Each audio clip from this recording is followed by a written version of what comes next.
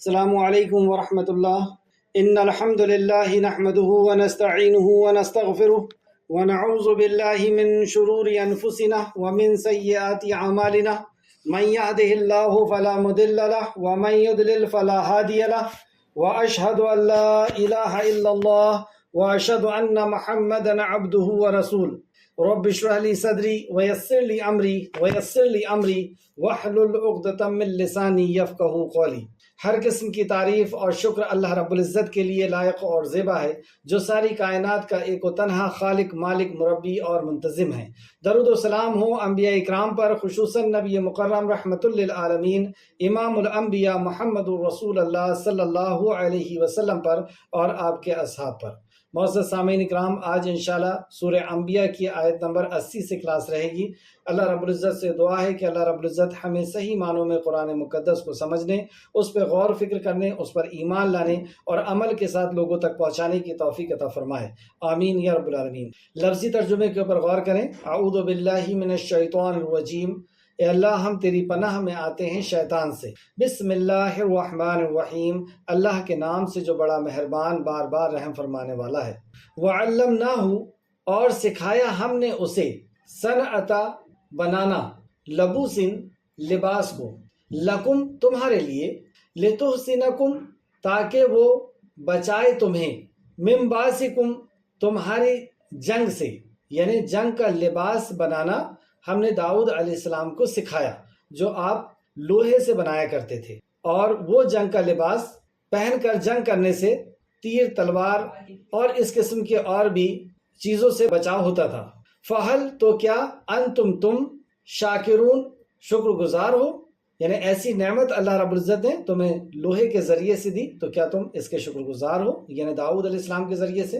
وَلِسُلَيْمَانَ، اور سلیمان کے لیے، ریحا، ہوا کو مسخر کیا، عاصفتاً، تند و تیز چلنے والی، تجری، وہ چلتی تھی، بے امری، اس کے حکم سے، یعنی وہ جو تیز ہوا چلتی ہے وہ سلیمان کے حکم سے چلتی تھی، الی الارض، طرف اس زمین کے، الی الارض، اس زمین کے، لتی، وہ جو، بارکنا، برکت رکھی ہم نے، فیہا، جس میں، اس زمین کی طرف چلتی تھی جس زمین میں اللہ سبحانہ تعالیٰ نے برکت رکھی تھی۔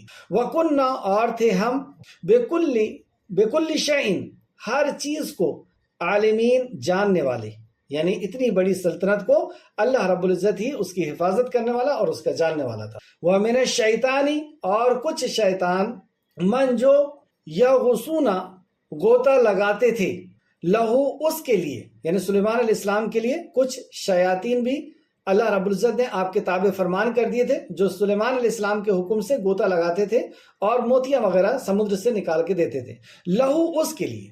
وَيَعْمَلُونَ، اور وہ کرتے تھے، عملاً، کچھ کام، دونا، علاوہ، اس کے علاوہ بھی جو حکم سلیمان علیہ السلام دیتے تھے وہ کام کرتے تھے، ذالکہ، اس کی، وَكُنَّا، اور تھے ہم ہی، لہم، ان کے، حافظین، نگرانی کرنے والے۔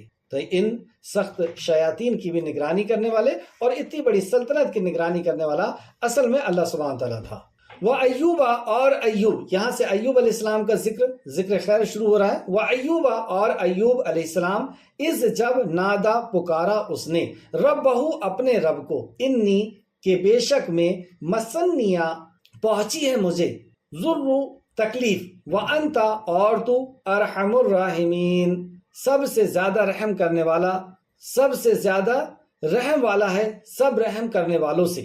فاستجبنا، تو دعا قبول کر لی ہم نے، لہو، اس کی، فکشفنا، تو دور کر دیا ہم نے، ما، جو کچھ، بہی، اسے، من ضر، تکلیف تھی، اور دی ہم نے اسے، اہلہ، اہل و عیال اس کے، ومثلہم، اور ان کے مانند، مطلب اہل و عیال بھی واپس دے دیے اور اس کے مانند اور دیا، معاہم، ساتھ ان کے، رحمتاً، بطور رحمت، اللہ نے بطور رحمت ان کو اور عطا کیا، من عندنا، اپنے پاس سے، وذکرا، اور نصیحت ہے، للعابدین، عبادت کرنے والوں کے لیے۔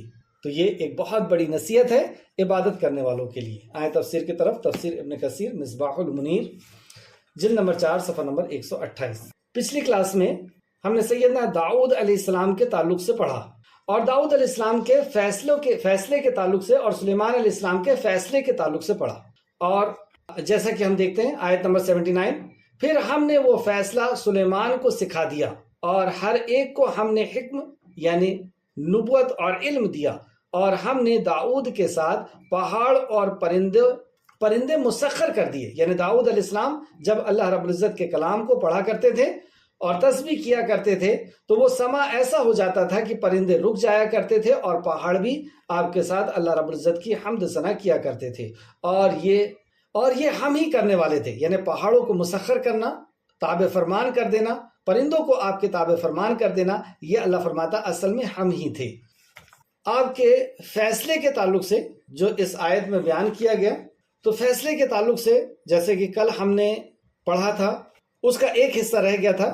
قاضی یا حکمران، حکام کے لیے فیصلہ کرتے وقت 3 شرائط اللہ سبحانہ تعالیٰ نے بیان فرمائی ہے، جس کے تعلق سے حسن بصری رحمۃ اللہ علیہ نے فرمایا کہ اللہ تعالیٰ نے حکام کے لیے 3 شرطیں عطا کی ہیں. یعنی جو بھی قاضی ہے، جو بھی فیصلہ کر رہا ہے، اس کے لیے 3 شرطیں. یہ صرف انہی کے لیے نہیں ہے کہ جو قاضیات میں بیٹھ کر کے فیصلہ کر رہے ہیں، یہ آپ کے اور میرے لیے بھی ہے، کیونکہ ہمیں بھی بعض دفعہ اپنے بچوں کے بیچ میں فیصلہ کرنا ہوتا ہے، بہن بھائی کے بیچ میں فیصلہ کرنا ہوتا ہے، یا رشتہ داروں میں کوئی بلا لیتا ہے اور پھر وہاں پہ فیصلہ کرنے کی نوبت آتی ہے. کبھی ہم لڑکی والوں کی طرف سے جایا کرتے ہیں، کبھی ہم لڑکوں والوں کی طرف سے جایا کرتے ہیں. تو عام معاشرے کے اندر یہ فیشن یا یہ سوچ بنی ہوئی ہے کہ ہم لڑکی والے کی طرف سے جا رہے ہیں تو لڑکی کی ہی ہم طرفداری کریں گے، بھلے ہی لڑکی کی غلطی ہو یا نہ ہو. ہم لڑکے والے کی طرف سے جا رہے ہیں تو لڑکے کی ہی طرفداری کریں گے، بھلے ہی لڑکے کی غلطی کیوں نہ ہو. ہم اس رشتہ دار کی طرف سے جا رہے ہیں تو رشتہ دار کی ہی طرفداری کریں گے، ہم اپنے گھر کی ہی طرفداری کریں گے، یا ہم اگر وکیل ہیں تو اپنے کلائنٹ کی ہی طرفداری کریں گے. یہ چیز بالکل غلط ہے، اور انصاف اللہ رب العزت کو بہت پسند ہے. اس چیز کو ہم بہت زیادہ خیال رکھیں. جیسے کہ اللہ رب العزت نے نماز کے اندر بھی ہمیں یاد دلاتا ہے، ہر نماز کے اندر ہمارے لیے ضروری کر دیا سورہ فاتحہ، اور اس میں اللہ رب العزت ہمیں یاد کراتا ہے مالک یوم الدین، میں ہوں بدلے کے دن کا مالک. تو اللہ سبحانہ وتعالیٰ نے انصاف کو بہت پسند کرتا ہے، اپنے لیے بھی اور ہمارے لیے بھی اللہ رب العزت نے انصاف کرنے کو فرض کیا ہے. تو انصاف کرتے وقت 3 چیزوں کا بہت زیادہ خیال رکھنا چاہیے، اور یہی 3 چیزیں ہیں جو انسان کو ناانصافی پر ابھارتی ہے. تو اس میں سے پہلی، وہ اللہ تعالیٰ کی آیت میں تحریف کر کے ان کے بدلے میں تھوڑی سی قیمت یعنی دنیاوی منافع حاصل نہ کرے. یعنی وہ فیصلہ کر رہا ہے تو اللہ کے کلام کے مطابق کرے، رسول اللہ کے فرمان کے مطابق کرے. اور اللہ کے کلام کو چھوڑ کر کے جو فیصلہ کرے گا، یا رسول اللہ کے فرمان کو چھوڑ کر کے جو فیصلہ کرے گا، تو دنیا کی کچھ چیز وہ حاصل کر سکتا ہے. یعنی عزت حاصل کر سکتا ہے، کسی کی طرفداری حاصل کر سکتا ہے، کسی کا حسن سلوک حاصل کر سکتا ہے، دولت حاصل کر سکتا ہے، پیسے حاصل کر سکتا ہے. لیکن اس نے اللہ کے کلام میں تحریف کی، یعنی جو احکام نازل ہوئے تھے اس احکام کو بدل کر کے اس نے فیصلہ کیا. تو سب سے پہلی چیز جو فیصلہ کرتے وقت میں ہمارے سامنے ہونا چاہیے وہ یہ ہے، اور اللہ تعالیٰ کی آیتوں میں تحریف یعنی بدل کر، تحریف کر کے ان کے بدلے میں تھوڑی سی قیمت یعنی دنیاوی منافع حاصل نہ کریں. دوسرا، خواہشات نفسانی کی پیروی نہیں کریں. خواہشات نفسانی کی پیروی یعنی دل یہ چاہتا ہے کہ میرے بھائی کی طرف فیصلہ آ جائے، یا میرے فلاں کی طرف فیصلہ آ جائے، یا میری اپنی نفس کے طرف سے فیصلہ ہو جائے، یعنی اس کے پکش میں فیصلہ ہو جائے. اور تیسرا، اور فیصلہ کرتے وقت اللہ تعالیٰ کے سوا اور کسی سے نہ ڈریں. یہ 3 چیزیں ہیں، یا تو اپنی نفسانی خواہشات کے بنا پر کہ میں کامیاب ہو جاؤں، میرا کلائنٹ کامیاب ہو جائے، میرا رشتہ دار، میرا دوست کامیاب ہو جائے، یہ نفسانی خواہش ہے. یا اللہ کی آیت میں تحریف کر دیے، یعنی جو فیصلہ کرنا چاہیے تھا، جو قرآن و حدیث کے مطابق تھا، ویسا فیصلہ نہ کر کے اور دوسرا کوئی فیصلہ کیے. کیونکہ ہمیں اس کمیونٹی میں رہنا ہے، یا ہمیں سرداری چاہیے، یا ہمیں اس کی عزت چاہیے، یا اس سے ملنے والی کوئی دولت چاہیے. تو دولت کی وجہ سے یا ان منصب کی وجہ سے انسان اللہ کے کلام کو پشے پست ڈال کر کے اور ہیلے حوالے سے اور اپنی منمانی چیزوں کو ڈال کر کے اور فیصلے کرتا ہے، اور یہ اپنے آپ کو تباہ کرتا ہے. اسی طریقے سے خواہشات کی بنا پر انسان غلط فیصلے کرتا ہے. اور تیسری وجہ ہوتی ہے کہ لوگوں کے ڈر کی وجہ سے، بعض دفعہ جج جو ہے وہ لوگوں کے ڈر کی وجہ سے غلط فیصلہ دے دیتا ہے کہ وہ میرے گھر کو نقصان پہنچا دے گا، بچوں کو نقصان پہنچا دے گا، یا مجھے نقصان پہنچا دے گا، تو ایسا نہیں کرنا چاہیے۔ پھر انہوں نے اس آیت کریمہ کی تلاوت کری، کس نے؟ حسن بصری رحمت اللہ علیہ نے۔ آیت سورہ سعد آیت نمبر 26، اے داؤد ہم نے آپ کو زمین میں بادشاہ بنایا ہے، آپ لوگوں میں انصاف سے فیصلہ کریں اور انصاف سے فیصلہ کریں۔ تو پتہ یہ چلا کہ آپ کو زمین میں بادشاہ بنایا ہے، تو بادشاہ کے لیے یہ چیز سب سے زیادہ ضروری ہے کہ وہ انصاف کرے، اور انصاف سے ہی امن و امان باقی ہو سکتا ہے، یا امن و امان کو اگر ہمیں باقی لانا ہے تو انصاف ہی کرنا ہوگا۔ آپ اگر غور کریں کہ انبیاء علیہ السلام دنیا میں کیوں آیا کرتے تھے، تو یہی مقصد ہوتا تھا کہ ظلم ختم ہو اور انصاف قائم ہو۔ تو اگر کسی کو بادشاہ بنایا ہے تو بادشاہ کے لیے سب سے پہلی چیز یہی ہے، جیسے کہ حشر کے میدان میں اللہ رب العزت کے سائے کے نیچے سب سے پہلے جو آنے والا ہے وہ عدل کرنے والا بادشاہ ہے۔ تو اللہ رب العزت عدل کو بہت پسند کرتا ہے۔ تو آپ لوگوں میں انصاف کے ساتھ فیصلہ کریں اور خواہشات کی پیروی نہ کریں، کیونکہ وہ تمہیں اللہ کے راستے سے بھٹکا دے گا۔ خواہشات نفسانی جو ہے وہ اللہ کے راستے سے بھٹکا دے گا۔ خواہشات کیسی؟ کہ میں اپنے بھائی کی طرف سے آیا ہوں، یا بہن کی طرف سے آیا ہوں، یا میں اپنے فلاں کی طرف سے آیا ہوں، اپنے دوست کی طرف سے آیا ہوں، تو مجھے اسی کی طرفداری کرنی ہے۔ یہ خواہشات نفس، تو یہ تمہیں بھٹکا دے گی۔ اور سورہ مائدہ آیت نمبر 44 میں اللہ فرماتا ہے تو تم لوگوں سے مت ڈرو اور مجھ سے ڈرو۔ تو فیصلہ کرتے وقت یا دنیا کی کسی بھی معاملے میں اللہ رب العزت سے ڈریں، کیونکہ لوگ گناہ کے کام بھی کیوں کرتے ہیں؟ لوگوں سے ڈر کی وجہ سے اکثر و بیشتر، اور کبھی نفسانی خواہشات کی وجہ سے کرتے ہیں۔ اسی طریقے سے تیسرے مقام پہ سورہ مائدہ آیت نمبر 44 میں اللہ فرماتا ہے اور میری آیتوں کو تھوڑی قیمت پہ نہ بیچو۔ تو آیتوں کو بیچنے سے مراد یہ ہے کہ دنیاوی فائدے کے لیے اللہ رب العزت کے احکام کو پس پشت ڈال دینا، اللہ کے احکام کو چھوڑ دینا اور دنیا کا فائدہ حاصل کر لینا، یعنی ایسا فیصلہ دینا جو اللہ کے کلام میں نہیں ہے، رسول اللہ کے فرمان میں نہیں ہے، لیکن ایسا فیصلہ دینے سے کچھ پیسے مل رہے ہیں تو گویا کہ اس نے اللہ کی آیتوں کو دنیا کے تھوڑے سے مفاد کے لیے، فائدے کے لیے بیچ دیا۔ تو یہ تین اصول بتائے، جب بھی ہم فیصلہ کریں تو ان تین باتوں کا اللہ رب العزت ہمیں خیال رکھنے کی توفیق عطا فرمائے، آمین یا رب العالمین۔ آج کی آیت نمبر 80، اور ہم نے اسے تمہارے لیے زرہ بنانا سکھا دیا، یعنی داؤد علیہ السلام کو اللہ سبحانہ تعالیٰ نے زرہ بنانا بھی سکھایا تھا تاکہ تمہارے لڑائی کے تکلیف سے تمہیں بچائے، یعنی لڑائی میں جو ہتھیار چلتے ہیں، جو تیر اور تلوار اور بھی جو دوسری چیزیں چلتی ہیں، وہ ٹکرا کر کے اور رک جائے اور تمہارا جسم زخمی نہ ہو۔ اس لیے سلیمان علیہ السلام نے پہلی دفعہ ایک ایسی زرہ بنائی اللہ رب العزت کے حکم سے، اللہ رب العزت کے سکھانے کے مطابق، کہ وہ لوہے کو موڑ کر کے آپ نے بنائی، جس سے اللہ سبحانہ تعالیٰ نے فرمایا تاکہ تمہارے لڑائی کی تکلیف سے تمہیں بچائے۔ تو کیا تم شکر کرنے والے ہو؟ کیا تم شکر کرنے والے ہو؟ یعنی جو کچھ بھی نعمت ہمیں ملی ہے، ہمارے لیے ضروری ہے کہ اس میں ہم اللہ سبحانہ تعالیٰ کا شکر ادا کریں۔ ہم غور کریں کہ ایسی کتنی نعمتیں ہیں جو ہم استعمال کرتے ہیں اور لیکن اللہ رب العزت کا شکر ادا نہیں کرتے، یا اس کے اوپر ہمارا خیال نہیں ہوتا۔ اس تعلق سے داؤد علیہ السلام کے تعلق سے ایک اور آیت دیکھتے ہیں، سورہ انبیاء آیت نمبر 79، اور ہم نے پہاڑوں کو داؤد کے لیے مسخر کر دیا، یعنی تابع فرمان کر دیا کہ ان کے ساتھ تسبیح بیان کرتے تھے، اور پرندوں کو بھی تابع کر دیا اور ہم ہی ایسا کرنے والے تھے۔ یعنی یہ پرندوں کو آپ کا تابع فرمان یا پہاڑوں کو آپ کا تابع فرمان کرنے والے اللہ سبحانہ تعالیٰ فرما رہا ہے کہ ہم ہی تھے، اور ہم نے تمہارے لیے ان کو ایک طرح کا لباس بنانا بھی سکھایا، تمہارے لیے ایک طرح کا لباس بنانا بھی سکھا دیا تاکہ تم کو لڑائی کے زر یعنی تکلیف سے بچائے، بس تمہیں شکر گزار ہونا چاہیے۔ تو ان نعمتوں کو پا کر کے ہمیں اللہ سبحانہ تعالیٰ کا شکر گزار ہونا چاہیے۔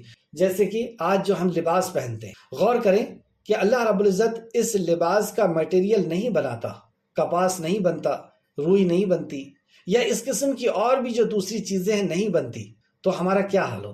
تو کبھی ہم نے غور کیا ہے کہ ہم لباس پہنتے وقت اللہ رب العزت کا شکر ادا کریں، جیسے رسول اللہ صلی اللہ علیہ وسلم نے ہمیں سکھایا؟ تو یہ بہرحال یہ سورہ انبیاء تھی، آیت نمبر 79 اور 80۔ حضرت داؤد علیہ السلام کے ہاتھ میں لوہا نرم ہو جاتا تھا، انہیں یہ وصف معجزاتاً طور پر عطا کیا گیا تھا۔ جو بھی ممکن ہے کہ اللہ تعالیٰ نے، یہ بھی ممکن ہے کہ اللہ تعالیٰ نے آپ کو لوہا نرم کرنے کا ہنر سکھا دیا تھا تاکہ اس سے زرہ بنا کر جنگ میں پہنی جائے اور دشمن سے دفاع کر سکے، بچا سکے۔ قتادہ رحمۃ اللہ علیہ فرماتے ہیں، کون قتادہ؟ حضرت ابن عباس رضی اللہ عنہ کے شاگرد اور مفسر قرآن۔ تو قتادہ رحمۃ اللہ علیہ فرماتے ہیں اللہ تعالیٰ نے آپ کے لیے لوہا نرم کر دیا تھا، یعنی آپ کو لوہے کی چیزیں بنانے کے لیے آگ یا ہتھوڑے کی ضرورت نہیں ہوتی تھی۔ جیسے لوہے کی اگر ہمیں کوئی چیز بنانا ہے تو اس لوہے کو آگ میں گرم کرنا ہوتا ہے اور ہتھوڑوں سے مار کر کے اور اس کو نیا شیپ دینا ہوتا ہے۔ لیکن داؤد علیہ السلام کے لیے ان کو اس سب کی چیز کی ضرورت نہیں تھی، وہ ٹھنڈے لوہے کو ہی پکڑ کر کے اور اسے جیسا چاہتے تھے موڑ دیتے تھے، جیسا چاہتے تھے نرم کر دیتے تھے، جیسا چاہتے تھے شیپ دے دیتے تھے۔ تو سب سے پہلے آپ نے لوہے کے حلقے یعنی رنگ جوڑ کر کے زرہ بنائی۔ تو یہ ایک خاص قسم کا آپ کے پاس ہنر تھا کہ سب سے پہلی زرہ جو ہے کوچ، جو جنگ کا کوچ ہوتا ہے، زرہ ہوتی ہے، وہ آپ نے بنائی اور رنگوں کو بنا کر کے اور پھر ایک خاص اندازے سے اس کو جوڑ کر کے بنایا تھا۔ اس سے پہلے بچاؤ کے لیے لوہے کے تختے استعمال ہوتے تھے، یعنی یہ زرہ بننے کے پہلے، داؤد علیہ السلام کے پہلے جتنی بھی جنگیں لڑی گئی تھیں تو اس میں ایک دوسرے سے بچنے کے لیے، ہتھیاروں سے بچنے کے لیے ایک لوہے کا تخت آگے سامنے لگا دیا جاتا تھا۔ لیکن اس کے بعد اب تخت لگانے کی ضرورت نہیں پڑتی تھی، وہ ایک قمیص کے جیسا اس کو پہن لیا جاتا تھا اور بہت آسانی سے تلوار اور تیر اور بھالے کا استعمال بھی کر رہے ہیں اور دوسروں کے تیر بھالے سے بچ جایا کرتے تھے۔ تو اس سے ہمیں پتہ چلا کہ سب سے پہلے زرہ جو ہے وہ حضرت داؤد علیہ السلام نے بنائی۔ تفسیر الطبری جلد نمبر 12 اور صفحہ نمبر 82۔ ابن شوذب کا بیان ہے کہ آپ روزانہ ایک زرہ بنا لیتے تھے جو 6000 درہم کی بک جاتی تھی، یعنی روزانہ آپ زرہ بناتے تھے۔ اور ہیں کیا؟ آپ بادشاہ بھی ہیں اور وقت کے نبی بھی ہیں۔ رسول اللہ صلی اللہ علیہ وسلم نے فرمایا اللہ کے نبی حضرت داؤد علیہ السلام بھی اپنے ہاتھ کی کمائی کھاتے تھے۔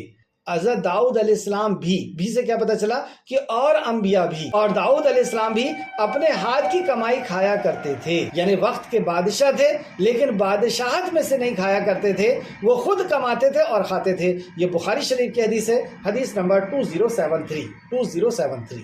ایک اور حدیث سے پتہ چلتا ہے کہ آپ صرف وہی کھایا کرتے تھے جو زرہ سے آپ کو محنتانہ ملا کرتا تھا۔ حدیث بخاری شریف کی ہے، صرف اپنے ہاتھ کی کمائی کھاتے تھے۔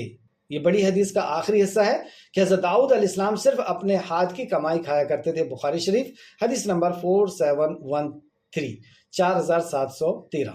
سورہ صاد آیت نمبر 17 سے 20 میں اللہ سبحانہ تعالیٰ نے فرمایا اور ہمارے بندے داؤد کو یاد کرو جو صاحب قوت تھے، اور صاحب قوت یعنی عبادت کی آپ کو بے انتہا قوت دی گئی تھی۔ بے شک وہ رجوع کرنے والے تھے، اللہ کی طرف جھک جانے والے تھے۔ ہم نے پہاڑوں کو ان کے زیر فرمان کر دیا تھا، ان کے تابع فرمان کر دیا تھا کہ صبح و شام اس کے ساتھ اللہ پاک کا ذکر کرتے تھے، اور پرندوں کو بھی کہ وہ جمع رہتے تھے، بس ان کے فرمانبردار تھے، اور ہم نے ان کی بادشاہی کو مستحکم کیا تھا، یعنی مضبوط کر دیا تھا ہم نے ان کی بادشاہی کو، اور ان کو حکمت عطا کی اور جھگڑنے کی بات کا فیصلہ سکھایا، یعنی جب جھگڑا ہوتا تھا تو اس کا فیصلہ بھی اللہ سبحانہ تعالیٰ نے سکھایا، حکمت بھی سکھایا، آپ کی بادشاہت کو مستحکم بھی کیا، مضبوط بھی کیا۔ سورہ صاد آیت نمبر 20 کے اندر اللہ نے فرمایا۔ صحیحین میں ہے، یعنی بخاری اور مسلم کی روایت ہے کہ رسول اللہ صلی اللہ علیہ وسلم نے فرمایا اللہ تعالیٰ کو داؤد علیہ السلام کی نماز تمام نمازوں سے زیادہ پیاری ہے، اور داؤد علیہ السلام کا روزہ سب روزوں سے پیارا ہے۔ آپ آدھی رات، مطلب آپ کی پھر نماز کیسی تھی اور روزہ کیسا تھا کہ یہ روزہ اور اس نماز کو اللہ رب العزت سب سے زیادہ پسند کرتا ہے۔ تو آپ صلی اللہ علیہ وسلم نے فرمایا آپ آدھی رات آرام کرتے تھے، تہائی رات قیام کرتے تھے، اور رات کا چھٹا حصہ پھر سو جاتے تھے، اور آپ ایک دن روزہ رکھتے تھے اور ایک دن نہ رکھتے، یعنی ایک دن روزے سے رہتے اور ایک دن بغیر روزے سے رہتے، اور جب دشمن سے سامنا ہوتا تو بھاگ نہیں جاتے تھے، یعنی بہادری سے جہاد کرتے تھے، پیٹ پھیر کر کے نہیں بھاگتے۔ بخاری شریف حدیث نمبر 1311 1311 اور مسلم شریف حدیث نمبر 1159 یہ مختصر سا حضرت داؤد علیہ السلام کے تعلق سے ذکر کیا گیا.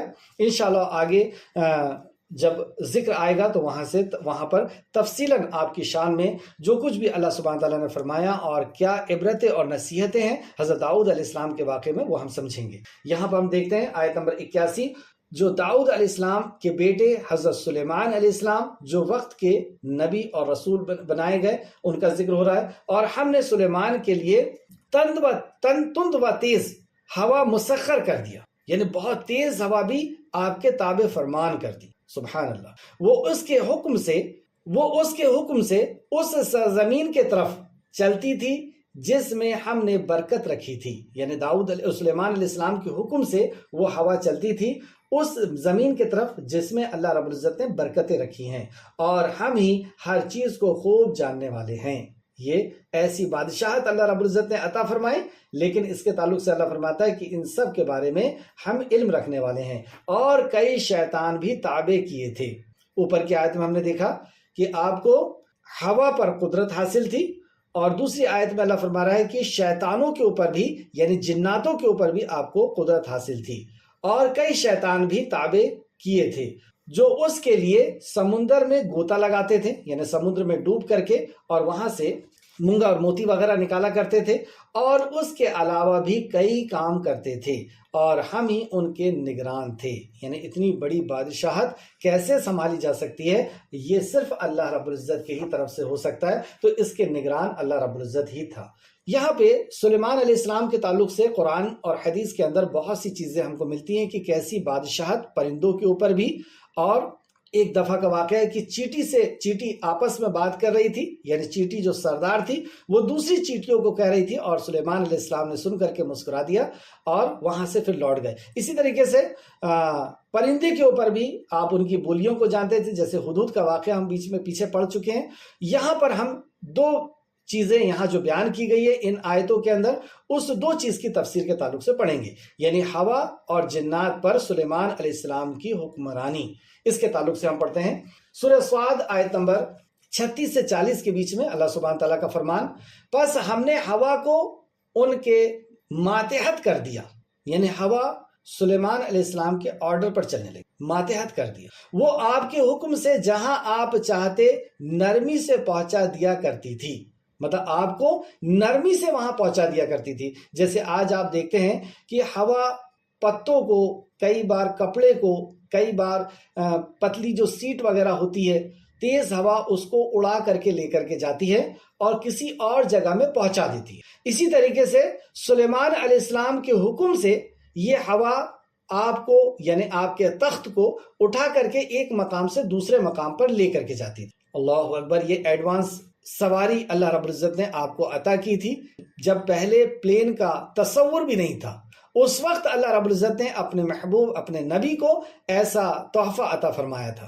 کیونکہ آپ نے پیچھے آگے پڑھیں گے انشاءاللہ کہ گھوڑے کو دیکھنے کی وجہ سے، کیونکہ گھوڑا ایک بہت خوبصورت سواری اللہ رب العزت نے بنائی ہے، اس کو دیکھنے کی وجہ سے آپ ذکر سے تھوڑا سا لیٹ ہو گئے تھے یا چوک گئے تھے، تو آپ نے گھوڑوں کو آزاد کر دیا. تو اللہ رب العزت نے پھر یہ نعمت آپ کو عطا فرمائی تھی کہ وہ سواری آپ نے اللہ کی رضا کے لیے چھوڑ دی ہے، تو اللہ رب العزت نے ہوا کو مسخر کر کے اور آپ کے تابع فرمان کر دیا. تو اللہ فرماتا ہے پس ہم نے ہوا کو ان کے ماتحت کر دیا، وہ آپ کے حکم سے جہاں آپ چاہتے نرمی سے پہنچا دیا کرتی تھی. ہر عمارت بنانے والے اور غوطہ خور جن کو بھی، مطلب ہوا کو بھی، اور عمارت بنانے والے یعنی بلڈنگ بنانے والے اور غوطہ خور جن کو بھی آپ کے ماتحت کر دیا تھا، اور دوسرے جنات کو بھی جو زنجیروں میں جکڑے رہتے تھے.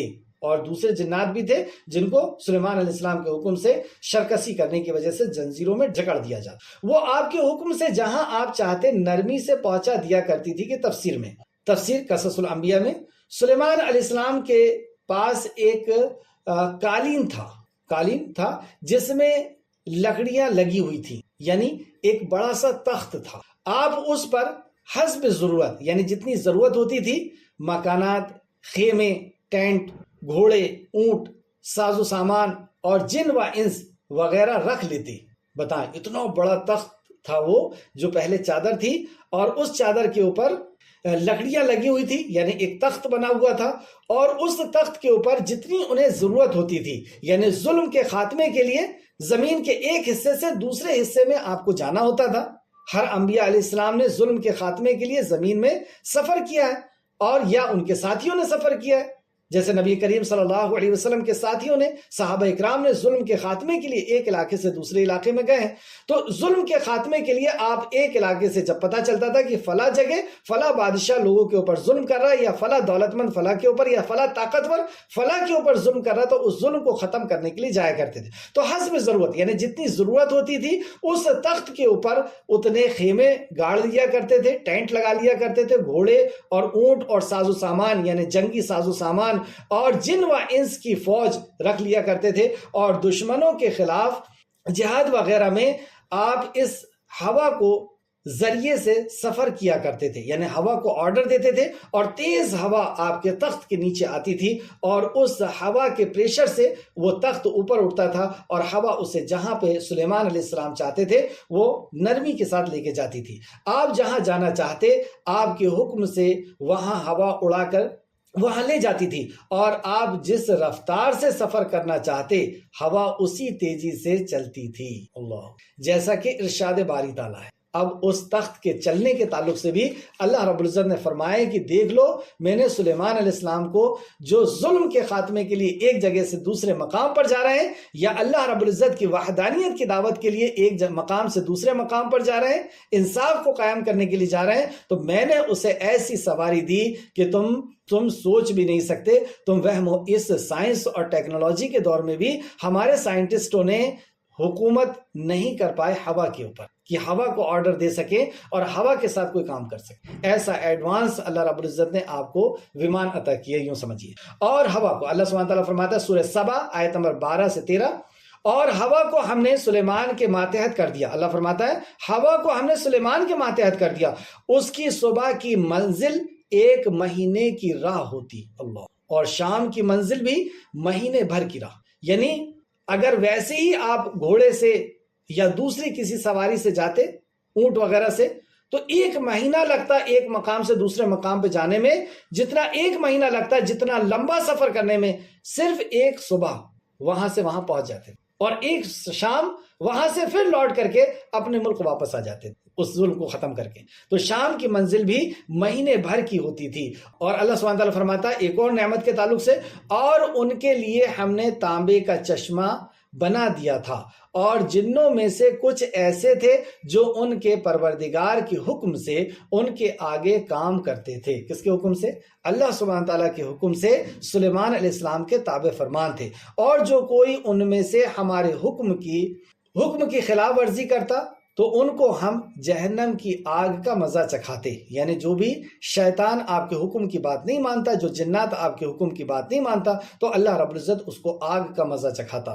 وہ جو چاہتے یہ ان کے لیے بناتے، یعنی سلیمان علیہ السلام جو چاہتے جنات ان کے لیے بناتے، یعنی قلعے، بڑے بڑے محلات اور مجسمے، اور بڑے بڑے لگن یعنی پیالے، بڑے بڑے پیالے بناتے، اور تالاب بناتے۔ بڑے بڑے پیالے سے مراد بڑی بڑی دیگیں جس کے اوپر کھانا بنتا، انسانوں کے لیے بھی اور دوسری مخلوق کے لیے بھی، اور تالاب بناتے، اور دیگیں جو ایک ہی جگہ رکھی رہتی، ایسی بڑی بڑی دیگیں جو ایک ہی جگہ بن رہتی۔ اے داؤد کی اولاد میرا شکر کرو، اور میرے بندوں میں شکر گزار تھوڑے ہیں، اور اے داؤد کی اولاد میرا شکر کرو، یعنی اللہ رب العزت نے تمہیں ایسا نبی اور ایسا بادشاہ دیا جو تمہارے کھانے اور تمہاری حفاظت اور تمہارے اوپر انصاف کا اتنا خیال رکھتا ہے، تو ایسی نعمت کو پا کر کے تم شکر اللہ رب العزت کا ادا کرو، اور میرے بندوں میں شکر گزار تھوڑے ہیں۔ یہ بات اور بھی کئی مقام پہ اللہ نے فرمایا ہے کہ شکر گزار تھوڑے ہیں، یعنی صراط مستقیم پر رہنے والے لوگ ہر دور میں تھوڑے رہے ہیں۔ اس آیت کی تفسیر دیکھتے ہیں۔ اللہ تعالیٰ نے جنوں کو حضرت سلیمان علیہ السلام کے مطیع یعنی فرمانبردار کر دیا تھا، وہ ان کے حکم سے ہر کام انجام دیتے اور کسی حکم کی خلاف ورزی نہیں کرتے۔ اگر کوئی حکم عدولی کی جرأت کرتا، یعنی حکم کی انکار کرنے کی کوشش کرتا، تو آپ اسے سخت سزا دیتے تھے۔ وہ جن ان کے لیے محرابی عمارتیں بناتے اور دیواروں پر تصویر بناتے۔ یہ کام حضرت سلیمان علیہ السلام کی شریعت میں جائز تھا، یعنی دیواروں پہ تصویر بنانے کا کام شریعت میں جائز تھا۔ یہ ہماری شریعت محمدیہ میں جائز نہیں ہے۔ ان میں کھانا پکا کر، یعنی جو بڑی بڑی دیگیں بنا کر کے اس جگہ میں چھوڑ دیا گیا تھا، اس میں کھانا پکا کر غریبوں مسکینوں کو اور کچھ جانوروں کو کھلایا جاتا۔ اس لیے اللہ سبحانہ تعالیٰ نے فرمایا، اے آل داؤد شکر کے طور پر نیک عمل کرو۔ یہاں پہ دوسری جگہ فرمایا کہ شکر کے طور پر نیک عمل کرو، میرے بندوں میں شکر گزار بندے کم ہی ہیں۔ تو اس سے پتہ چلا کہ جو نعمتیں ہم نے دی ہے، اس نعمت کے بدلے میں ہم کو نیک اعمال کرنا چاہیے، اور یہ بھی ایک قسم کی شکر گزاری ہے۔ کچھ جنات حضرت سلیمان علیہ السلام کی اطاعت کرتے تھے، اور کچھ شیطان جن آپ کی نافرمانی کرتے تھے، جنہیں زنجیروں میں جکڑ دیا جاتا تھا۔ یہ سب جن اور انسان وغیرہ حضرت سلیمان علیہ السلام کے ماتحت مخلوقات میں شامل تھے۔ یہ آپ کی اس دعا کی قبولیت کے مظاہر تھے جو آپ نے اس طرح کی تھی۔ حضرت سلیمان علیہ السلام نے جو دعا کی تھی اللہ کی بارگاہ میں، وہ یہ دعا تھی، یا رب مجھے ایک ملک عطا فرما جو میرے سوا کسی شخص کے لائق نہ ہو، یعنی ایسی بادشاہت عطا فرما جو میرے علاوہ کسی اور کو تو نہ عطا فرمائے۔ حضرت ابو ہریرہ رضی اللہ عنہ سے روایت ہے کہ رسول اللہ صلی اللہ علیہ وسلم نے فرمایا، آج رات ایک شریر جن میرے سامنے آ گیا تاکہ میری نماز خراب کرے، میں نے اس پر اللہ کی توفیق سے قابو پا لیا۔ ایک جنات نبی کریم صلی اللہ علیہ وسلم کو رات میں پریشان کرنے کے لیے، یعنی آپ کو نماز سے روکنے کے لیے آیا، لیکن اللہ رب العزت کی توفیق سے آپ اس کے اوپر قابو پا گئے۔ میرا جی چاہا، آپ صلی اللہ علیہ وسلم فرماتے ہیں کہ میرا جی چاہا کہ اسے مسجد کے کسی ستون میں باندھ دوں تاکہ تم سب اسے دیکھو۔ پھر مجھے اپنے بھائی حضرت سلیمان علیہ السلام کی وہ دعا یاد آ گئی کہ انہوں نے فرمایا تھا، اے میرے رب مجھے بخش دے اور مجھے ایسا ملک اور ایسی حکومت عطا فرما جو میرے سوا کسی کے لائق نہ ہو۔ تب میں نے اسے ذلیل کر کے چھوڑ دیا، اس شیطان ذلیل کر کے چھوڑ دیا۔ صحیح بخاری حدیث نمبر 3423۔ اس سے پتہ چلا کہ نبی کریم صلی اللہ علیہ وسلم کو بھی اللہ رب العزت نے شیطان کو آپ کے ماتحت کر دیا تھا اور آپ نے اسے پکڑ لیا تھا۔ اسی تعلق سے ایک اور حدیث آپ ضرور دیکھیں، مسلم شریف کی حدیث نمبر 541 اور نسائی میں بھی یہ حدیث ہے، سنن نسائی حدیث نمبر 1216۔ تیسرے نبی کا واقعہ، آیت نمبر 83۔ وَأَيُّوبَ إِذْ نَادَى رَبَّهُ أَنِّي مَسَّنِّيَ الضُّرُّ وَأَنْتَ أَرْحَمُ الرَّاحِمِينَ۔ اور یاد کرو ایوب کو، ایوب علیہ السلام کا یہاں پہ ذکر ہے، جو صابر اور شاکر نبی کے نام سے جانے جاتے ہیں۔ ویسے سبھی نبی اللہ رب العزت کی بارگاہ میں شاکر اور صابر رہے ہیں۔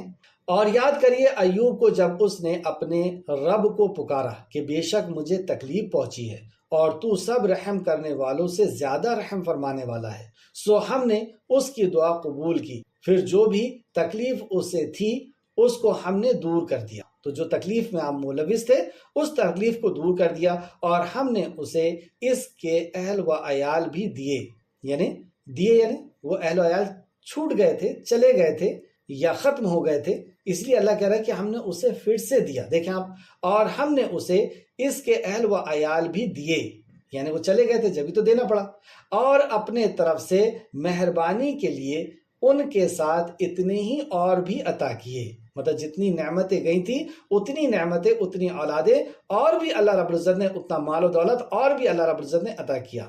آخر میں جو اللہ رب العزت فرماتا ہے وَذِكْرَ لِلْعَابِدِينَ، اور عبادت گزاروں کی نصیحت کے لیے، یہ عبادت گزاروں کی نصیحت کے لیے اللہ سبحانہ تعالیٰ نے فرمایا۔ تو دیکھیں اس میں بہت ساری نصیحتیں ہیں۔ تفسیر ابن کثیر صفحہ نمبر 132۔ حضرت ایوب علیہ السلام کا مال اور اولاد اور اپنے جسم و جان کے بارے میں آزمائش کا ذکر فرمایا جا رہا ہے۔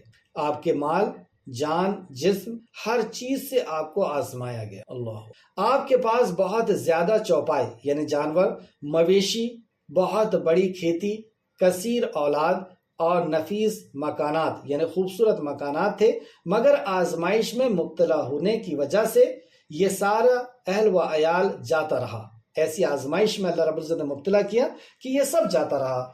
حتیٰ کہ جسمانی آزمائش میں بھی مبتلا ہوئے، یعنی جسمانی بیماری میں بھی آپ مبتلا ہوئے اور شہر کے ایک کونے میں تنہائی اختیار کرنے پر مجبور ہو گئے۔ تو لوگوں نے دیکھیں، جب اچھے دن ہوتے ہیں تو سب لوگ آس پاس ہوا کرتے ہیں، اور جب خراب دن آتے ہیں تو یا آزمائش آتی ہے تو پھر اچھے لوگ بھی ہمارا ساتھ چھوڑ دیتے ہیں۔ تو سلیمان ان کے ساتھ بھی، ایوب علیہ السلام کے ساتھ بھی یہی ہوا کہ ان کے عزیز اور اقارب بھی ان کے ساتھ بیٹھنا پسند نہیں کرتے تھے۔ آخر کار ایک کونے میں آپ کو رہنا پڑا شہر کے۔ ایک اپنی بیوی کے سوا اور کوئی خبر گیری کرنے والا نہ تھا، صرف وہی نیک بخت تھیں جو خدمت بجا لاتی تھیں۔ بیان کیا جاتا ہے کہ آپ کی ضروریات کو پورا کرنے کے لیے مجبوراً لوگوں کے کام کاج کیا کرتی تھیں، یعنی گھر کے کام کاج، برتن جھاڑو وغیرہ کیا کرتی تھیں، اور جو وہاں سے ملتا تھا وہ آپ کی خدمت میں پیش کرتی تھیں۔ نبی کریم صلی اللہ علیہ وسلم نے فرمایا، لوگوں میں سب سے زیادہ آزمائش انبیاء کرام پر آتی ہے، سب سے زیادہ آزمائش انبیاء پر آتی ہے، پھر نیک لوگوں پر، اور پھر ان لوگوں پر جو درجے بدرجہ ان سے زیادہ قریب ہوتے ہیں، یعنی جس کا جیسا ایمان ویسی آزمائش، جیسے مقام ویسی آزمائش اس کو دی جاتی ہے۔ تفسیر الطبری جلد نمبر 24 صفحہ نمبر 244 245، مسند احمد جلد نمبر 1 صفحہ نمبر 172، اور تفسیر ابن کثیر دارالسلام مصباح المنیر صفحہ نمبر 132۔ 133 میں بھی دیکھیں، آدمی کی آزمائش اس کے دین کے بقدر کی جاتی ہے، یعنی دین میں جتنا وہ مضبوط ہوتا ہے، رسول اللہ صلی اللہ علیہ وسلم نے فرمایا اس کے بقدر اس کی آزمائش کی جائے۔ اگر اس کے دین میں پختگی ہو، مضبوطی ہو، آزمائش میں اور اضافہ کر دیا جاتا ہے۔ مسند احمد جلد نمبر 1 صفحہ نمبر 172 اور 180۔ صبر کا مظاہرہ۔ اللہ تعالیٰ نے جب ایوب علیہ السلام کی آزمائش کی اور ان کا اہل و عیال اور اولاد سب کچھ چھن گیا اور کچھ بھی باقی نہ رہا، تو انہوں نے اللہ تعالیٰ کا خوب احسن انداز میں ذکر کیا، مطلب اور زیادہ اچھے انداز میں، خوبصورت انداز میں ذکر کیا، اور بارگاہ الہی میں عرض کیا۔ دیکھیں اتنے قیمتی الفاظ، اللہ اکبر، اس کو ضرور نوٹ کریں۔ کیا عرض کرتے ہیں؟ اے رب العالمین، میں تیری ہی تعریف کرتا ہوں، تو نے مجھ پر احسان فرمایا۔ دیکھیں مال اور دولت، ابھی وقت کم ہے، نہیں تو میں آپ کو قصص الانبیاء سے بتاتا کہ کس قدر مال اپنے ملک میں، دوسرے آس پاس کے شہروں کے اندر، اور کیسی دولتوں سے اللہ رب العزت نے آپ کو نوازا تھا، کتنی زمین اور جائیداد تھی، کیسی کوٹھیاں اور بنگلے تھے، اور یہ سب کچھ چھن گیا۔ یہاں تک کہ انسان جسم سے بہت محبت کرتا ہے، ان کا جسم اس طریقے سے چھلنی ہو گیا کہ جسم سے گوشت تک اترنا شروع ہو، چمڑا تک اترنا شروع ہو گیا۔ لوگ گھن کرنے لگے بدبو کی وجہ سے، شہر کے کونے میں جا کر رہ رہے ہیں، لیکن اس کے بعد آپ اللہ سبحانہ تعالیٰ کی بارگاہ میں کیا بیان فرما رہے ہیں؟ اللہ اکبر، اے رب کائنات، میں تیری ہی تعریف کرتا ہوں، تو نے مجھ پر احسان فرمایا۔ دیکھیں یہ احسان ہے، کیسے احسان ہے؟ مجھے مال و اولاد سے نوازا، حتیٰ کہ دل کی ہر حصے میں مال و اولاد کی محبت رچ بس گئی۔ مجھے مال اور اولاد تو نے اس قدر دے دیا کہ دل کے ہر کونے میں مال کی اور اولاد کی محبت رچ بس گئی تھی۔ اب جب کہ تو نے یہ سارا مال و اولاد واپس لے لیا، ان کی محبت سے میرا دل خالی کر دیا، تو اب میرے اور تیرے درمیان کوئی چیز حائل نہیں رہی۔ اللہ، ایسا ہوتا ہے نا کہ جس چیز سے محبت ہو اور اس کی محبت دل میں رچ بس جائے، دولت کی ہو، شہرت کی ہو، بیوی بچوں کی ہو، تو یہ محبت ہمیں ایسا گھیر کے رکھتی ہے کہ اصل محبت تک، یعنی رب کعبہ کی طرف، اللہ رب العزت کی طرف ہماری محبت کا ہمیں وقت ہی نہیں ملتا۔ تو جب اللہ رب العزت کسی سے محبت کرتا ہے نا، تو اس کے عزیزوں سے اس کے دل کو توڑواتا ہے، جیسے کہا نا کسی نے، تو جس سے اس کو بہت محبت ہے، دولت ہے یا بیوی بچے ہیں، اس سے دل جب ٹوٹتا ہے تب انسان سمجھتا ہے کہ میں کہاں پہ دل لگا رہا تھا۔ اس کی محبت کے مقابلے میں کسی کی محبت نہیں ہونا چاہیے، جیسے کہ اللہ حشر کے میدان میں یہ کہے کہ یہ بندہ دو جہاں سے خفا میرے لیے تھا، یہ میری محبت میں بھرا ہوا دل لے کر کے آیا ہے۔ اب آپ پھر سے ان کلمات کو سنیں۔ اے میرے رب، میں تیری ہی تعریف کرتا ہوں، تو نے مجھ پر احسان فرمایا، مجھے مال و اولاد سے نوازا، حتیٰ کہ دل کے ہر حصے میں مال اور اولاد کی محبت رچ بس گئی تھی۔ اب جب کہ تو نے یہ سارا مال و اولاد واپس لے لیا، ان کی محبت سے میرا دل خالی کر دیا، تو اب میرے اور تیرے درمیان کوئی چیز حائل نہیں رہی۔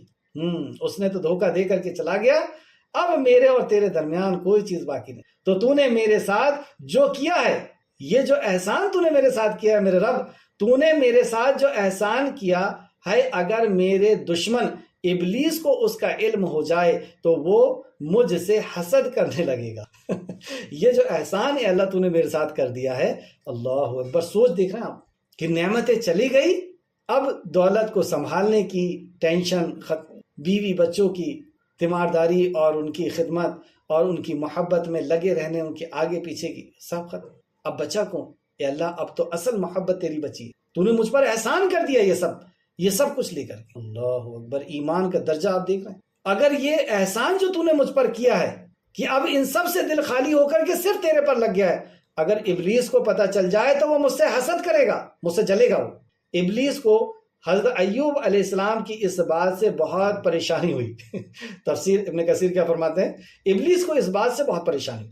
ایوب علیہ السلام کے بارگاہ الہی میں یہ بھی عرض کی، اے اللہ تو نے مجھے مال و اولاد عطا فرمایا، لیکن میرے دروازے پر کبھی بھی کوئی ایسا شخص کھڑا نہیں ہوا جس پر میں نے ظلم کیا۔ مطلب تو نے اس وقت جب مجھے مال اور سب کچھ ثروت سے نوازا تھا تو کوئی میرے دروازے پہ ایسا شخص نہیں کھڑا ہوا جس پر میں نے ظلم کیا ہو، اور تجھے بھی اس بات کا خوب علم ہے میرے پروردگار، میرے لیے بستر بچھایا جاتا، اللہ اکبر، میرے لیے بستر بچھایا جاتا تو میں اپنے جی میں کہتا، اے میری جان، تجھے بستروں پر آرام کرنے کے لیے پیدا نہیں کیا گیا، تو میں تیری رضا اور خوشنودی کے حصول کے لیے بستر ترک کر دیتا، بستر چھوڑ دیتا۔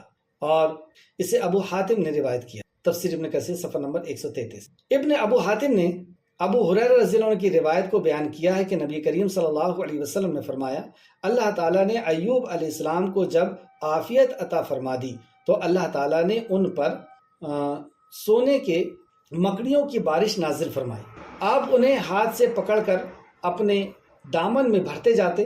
آپ سے کہا گیا، یعنی جب آپ کو صحت یابی اللہ رب العزت نے عطا فرمائی تو اس وقت آپ کے اوپر ایک بارش ہونے لگی پتنگوں کی جو سونے کے تھے، تو اس کو آپ سمیٹنے لگے۔ تو جب وہ سمیٹ رہے تھے جلدی جلدی تو اللہ رب العزت کیا کہتا، اے ایوب کیا آپ سیر نہیں ہوئے؟ مطلب کیا تمہارا دل نہیں بھرا ہے اتنی دولتوں سے؟ تو ایوب علیہ السلام نے کتنا پیارا جواب دیا، آپ نے فرمایا، اے اللہ آپ کے فضل اور رحمت سے کون سیر ہو سکتا ہے؟ کیا عاجزی اور انکساری ہے! اے اللہ تو رب ہے، تو خالق ہے، تیری عطا سے کون سیر ہو سکتا ہے؟ میں تو تیرا غلام اور تیرا خاکسار اور تیرے سامنے سجدہ ریز رہنے والا۔ بخاری شریف حدیث نمبر 279 اور 339۔ چلیں 5 منٹ بچا ہے تو حضرت ایوب علیہ السلام کے تعلق سے کچھ اور پڑھتے ہیں۔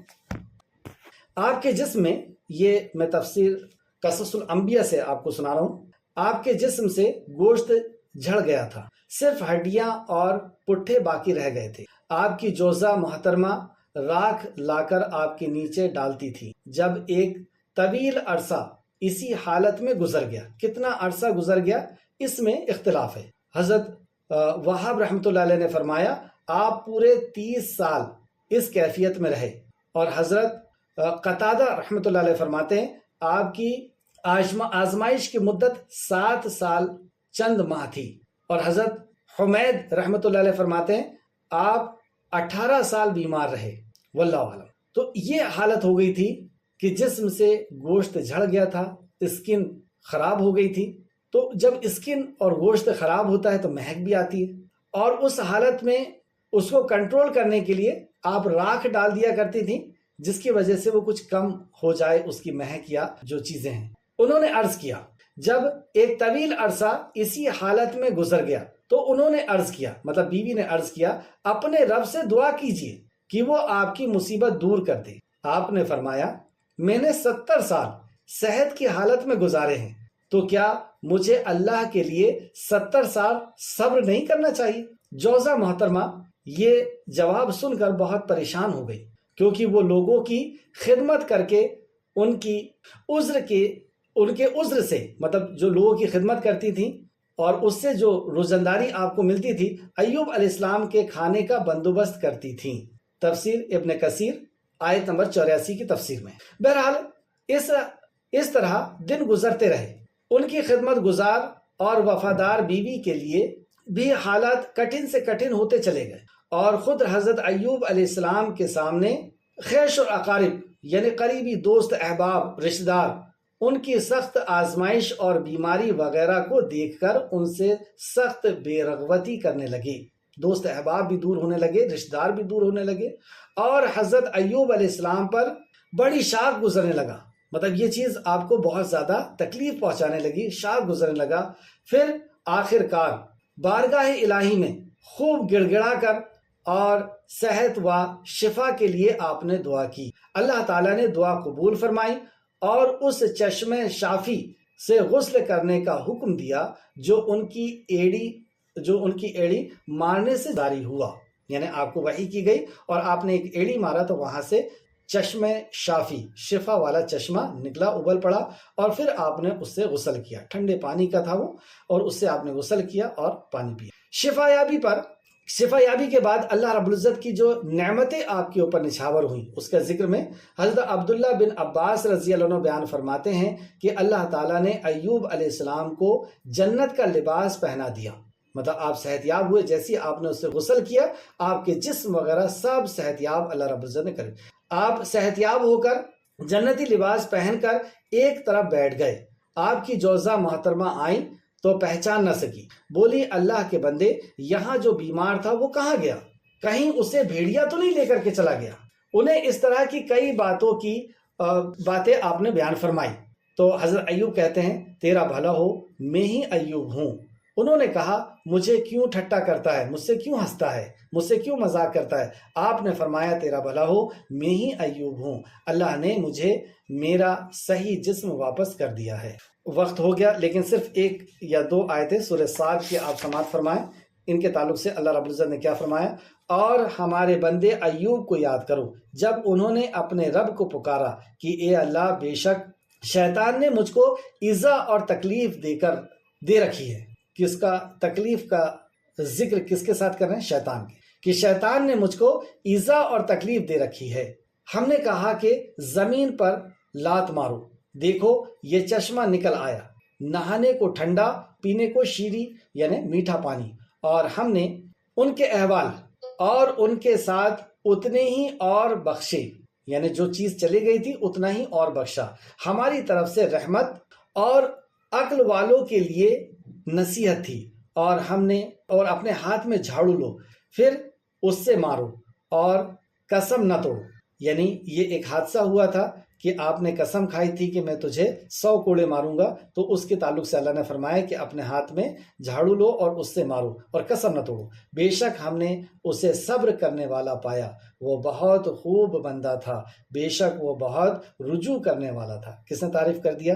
اللہ سبحانہ وتعالیٰ نے، کہ وہ بہت خوب بندہ تھا، بے شک وہ بہت رجوع کرنے والا بندہ تھا۔ آخر میں کل انشاءاللہ تعالیٰ اس واقعے سے یا ایوب علیہ السلام کے اس قصے سے ہمیں کیا نتائج یا فوائد حاصل ہوئے، عبرتیں اور نصیحتیں کیا حاصل ہوئیں، وہ ہم دیکھیں گے۔